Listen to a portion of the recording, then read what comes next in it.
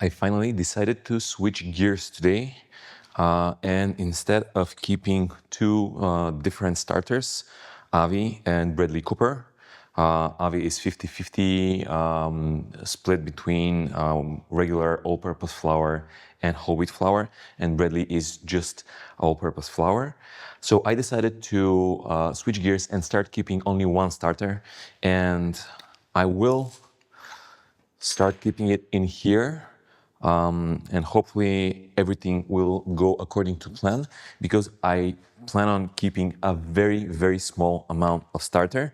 Here I have 60 grams of Avi, and 60 grams of Breadley Cooper, and I've been keeping this consistently for the past 16 years.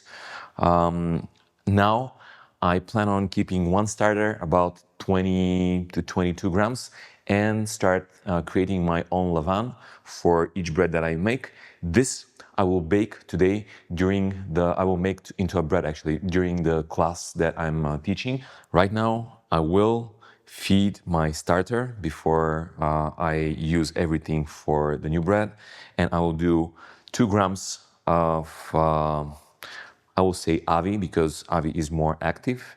And then I will add 10 grams of regular all-purpose flour and 10 grams of whole wheat flour. And I plan on keeping this for the foreseeable future and see how everything's gonna work. I am starting with 2 grams, hopefully at some point. 2.5, which is all right. And now I will add 10 grams of all-purpose flour. It's a regular all-purpose flour, 7/8.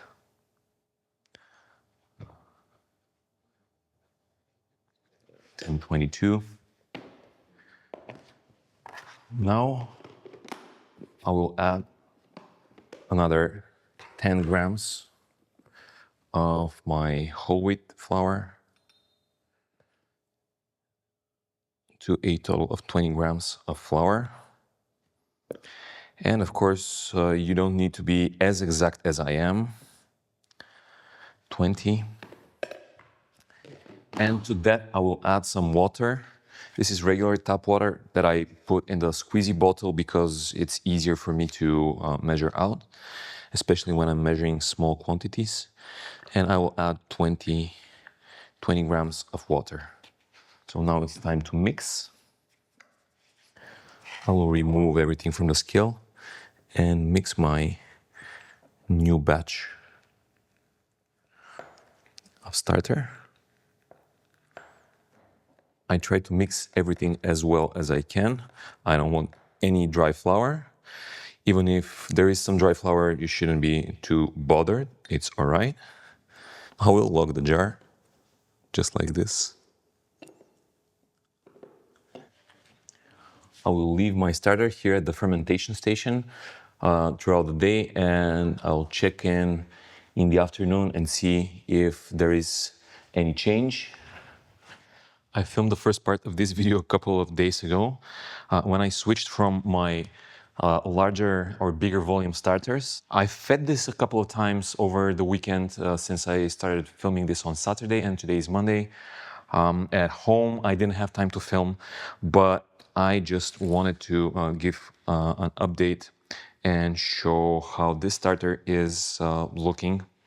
It's nice, healthy. I fed this last night, and today I will feed it, and I will try to catch it at its peak or almost at its peak, and I will put this in the fridge, and I will try to maintain this starter in the fridge.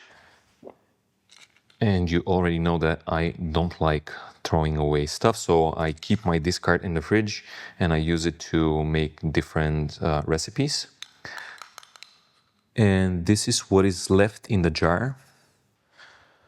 I actually don't want to measure the amount of starter that I have in the jar. That should be about 2 to 3 grams. So I will add 5 grams of whole wheat flour. I don't know why I keep calling it bread. It's not bread yet. So 5, and I will add 5 grams of all-purpose flour to a total of 10 grams, and I will add 10 grams of water, and I will mix until everything is incorporated. Hopefully by the end of the day, sorry for the sounds, this will have risen up back to the volume that we had. You can see it's a very little amount of starter, but I really want to catch it on the rise. I want to catch it right before it's ready, and I will put this in the fridge, and we'll continue this experiment sometime in the next week. So you can keep less starter in your kitchen and don't do what I do. Keep a big amount of starter, 120 grams, which you have to discard almost every day if you don't bake every day. A few hours later, I have my starter, which is very active. It is definitely on the rise. I can see a dome on top of the starter, and I will put this in the fridge and continue this experiment. So stay tuned, and I will give you an update in the next couple of days how this experiment is working and if it's really a good idea to keep a small amount of sourdough starter and build your levain every time you want to make a bread.